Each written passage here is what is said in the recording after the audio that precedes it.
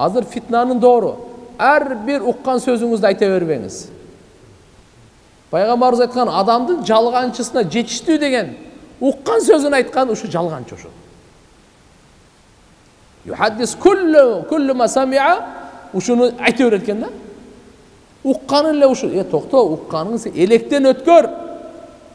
Туура эмес нерсе таркатып беришиң мүмкүн. Сен шашылба, uqqанды эле бардыгы чын деп ойлобо сен. Андай кылба. Таркатпан. Ya eyyuhellezine amanu in jaa fasiqun binabain fatabayyanu. Fatabayyanu. Peygamberimiz Allah Subhanahu ve Teala aytат, ey iman keltirgenler, bir fasık adam sizlerge bir kavar alıp kelse anıktagıla. Şaşılbay tur. Sen jönde jaman aytsan эле сразу жаман ойлобо. Тактап көрчү, ошо сен айтканбы, айткан эмеспи? Эмне үчүн сразу мени жаман көрөсүң? Мен айтусибу биқавмин антусибу bijaharatin biqawmin fatusbihu ala ma fa'altum nadimin. Кийин бушайман болуп каласың. Сен тактабай туруп сен айтып бердиң эле, бул айткан эмес эле. Сен жаман сөз айтып бердиң. Анан не кылды? Тактап келсең, бул айткан эмес экен. Охо. Тактабастан, аныктабастан мен жаман сөз айтып бердим. Шерменде болдум аята. Мен тууралуу бул жакшы күмөндө экен, жакшы сөз айткан экен. Мен айванчылык кылган турбаймын. Ушундай бушайман болуп калбаш үчүн Алла Таала айтып атат: "Фатабайяну", яни фатахаккаку. Жакшылап, акыйкаттап, жакшынакай карагыла дейт. Өзгөчө азыр бул пайгамбарыбыздын доорунда ушундай болуп атат. Пайгамбар саллаллаху алейхи ва салламдын доорунда ушундай болуп атат. Тугандар, коомчулукта мамилени таза кылайлы, алды бердини таза кылайлы. Калып кетпесин, бир сом калып кетпесин, бирөөнүн жүрөгүндө калып кетпесин. Бир сом чыкса дагы чын жүрөктөн чыксын.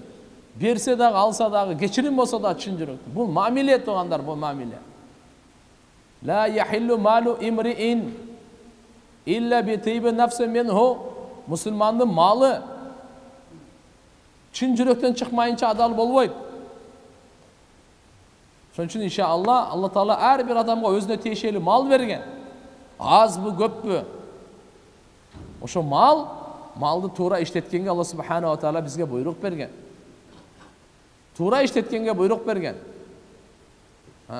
Мусулманга болгон каны дагы, малы дагы, авири дагы арам деген. Бардык мусулмандын бири-бирине болгон. Аны уруксатсыз алып кийгенге болбойт топусун. Калемин уруксатсыз иштеткенге болбойт. Китебин уруксатсыз алып окуй бергенге болбойт. Вакыфтын китеби мечиттеги ар бириңиz келип окуй берсеңиз болот. Бирок бул менин жеке өзүмдүн китебим. Сиз келип ачып окуганга акыңыз жок. Менен уруксатсыз окусаңыз күнөө табасыз. Жүрөгүңүз караңгы болот. Алладан узактайсыз. Сизге бейиш курулбайт, сизге дозок даяр болот. Не кыласыз бирөөнүн буюмун?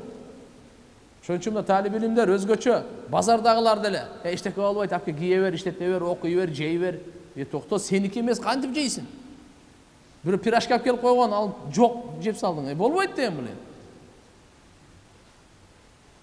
Бирөөнүн пут кийим карасаң эле, бирөөнүн пут кийими турат, кийип кетип калдың. Ал келсе өзүнүн пут кийимин таппай калды. Кыжалат болдубу? Сизге күнөө жазылат. Мусулманды кыжалат кылбагыла деген.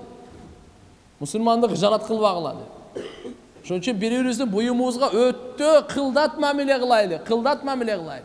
Меники эмеспи? Жок, уруксат алынган жокпу? Анан неме? Бирөөнүн бизде ушундай адатка кирип калган. Эчтеке эмес депчи. Şu günöөнү акарат кылуу өзү күнөө да. Күнөө эчтеке эмес деген өзү ушу күнөө да. Бирок биз жүрөгүбүз карайып калды дагы күнөөдөн коркуу деген сезим жок болуп калды. Ар бир күнөөнүн жамандыгы бар. Чоң күнөөнүн жамандыгы чоң, кичинекей күнөөнүн жамандыгы кичине. Ошон үчүн биз Алла Тааладан дуа кылып сурап атканда не деп атат пайгамбарыбыз саждада? Ya Allah, Allahumma gfirli dembi kullahu. Menin günöölөрүмдүн баарыгын кечир дейт. Jillahu wa diqqahu. Çoğundagы, кичинесиндагы. Wa awwalahu wa akhirahu. Algaçkısında, kийинкисиндагы. Wa alaniyatahu wa sirrahu. Açıgındagы, aşkeresindagы жана сыр, жашыруунда да күнөөсүн кечирди. Mağfirat tuğanlar, Allah'dan daima geçirim sırayla. Bizden günümüz, tünümüz Allah'dan geçirim sıravasından ötmesin. Ayşe neviz aytkan radıyallahu anha. Günösü jеңил olup Allah'a jolukkan adamdan da baktırı adam yok degen. Günöңөрдү жеңилдеткиле degen. Mağfirat degen manisi ne? Vikayat-ı şerriden ma satriha. Yosu ma satriha. Vikayat-ı şerriden mağfirat degen manisi şuken günöөнүн жамандыгынан сактоо. Ya Allah, günöөнүн жамандыгынан meni sakta. Oşol ayıpты жашыруу менен бирге. Ушунун аты mağfirat. Günöөнүн жамандыгынан sakta. Жалган сүйлөдү чоң күнөө. Bunun жамандыгын көрүп эле турам го деши мүмкүн да. Жамандыгы Алланын алатынан өткөн жаман жакшылык барбы? Каяктагы? Ошон үчүн мамилени, бири-бирибизге болгон мамилени так кылайлы, туура кылайлы. Бирибиздин акырыбызга кирбейли. Ансыз имандын чөйрөсү курулбайт. Ибадатыңыз өзүңүз үчүн, орозоңуз, намазыңыз, Кураныңыз, зикириңиз, бирок адамдар менен мамилеңиз. Ал намазыңызды ортого салбаңыз. Мен намаз окуйм, бере бер да. Мен орозо тутам, кечирип кое бер деди. Намазыңыз, орозоңуз алхамдулилля жакшы, бирок мамиле деген бар. Я аyyuhalladina amanu idza tadayantum bidaynin ila ajalin musamman faktubu. Ey тугандар, мамилени жазууга өткүлө. Сакалчандар бири-бириңер менен анан соттошуп жүрбөгүлө. Мына мындай деген, жо мен андай деген эмесмин деп. Инсан аладдыл хисам бул. Бул өтө талашчак, өзүнүн мойнуна албай турган инсандын пейили бар да. Андай деген эмессин, андай деген эмессин депчи. Ошон үчүн жазуу пайгамбарыбыз сүннөтү, Алланын буйругу, мамиле болуп атабы бир мөөнөткө. Анда май сөзсүз жазып койгула, күбө алып келип койгула, шайтан аралабасын. Ортобуздагы бирибиздеги сый урмат калсын. Анан эртеге топа бул дүйнө парас, бул болсо сараң деп бирибизге ат коюп албайлы анан. Бул дин. Бул дин. Пайгамбар саллаллаху алейхи вассалам хижрат кылам деп калды. Абу Бакыр Сыддык разияллаху эки төөнү даярдады. Пайгамбар айтты, "Жок" деди. "Мен өзүм берем" деди мына бирөөсүнүн акчасын. "Я Расулалла, сизге белек?" "Жок, кабыл албайм мен белек." Улуу хижратты өзүмдүн малым менен эме алам.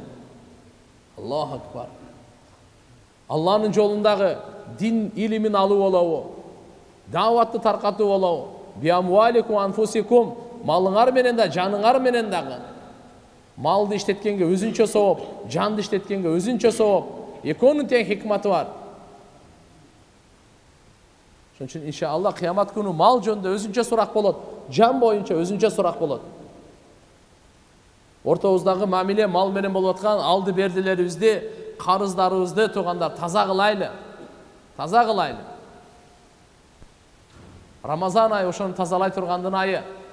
Рамазан айы ушундайларды жакшы ниет кыла турган ай. Жакшы ниет кылайлы Рамазан айда. Кудай кааласа иншаалла деп Рамазан айдагы башталган жакшылык сөз аягына чыгат. Ошон үчүн жакшы иштерди ниет кылайлы туугандар. Жаман иштердин бардыгын азайтайлы, таштайлы. Бекапар жүргөндү таштайлы. Нары бери көчөдө жүргөндө деле алхамдулилля зикир менен жүрөйлү. Бири-бирибизге Алланы эстетип турайлы. Ахиретти эстетип турайлы. Бул жакшы нерсе. Мурунку адамдар кандай эле дейт? Айыптарын айтса, ошондой адамдарды жакшы көрүшөт эле.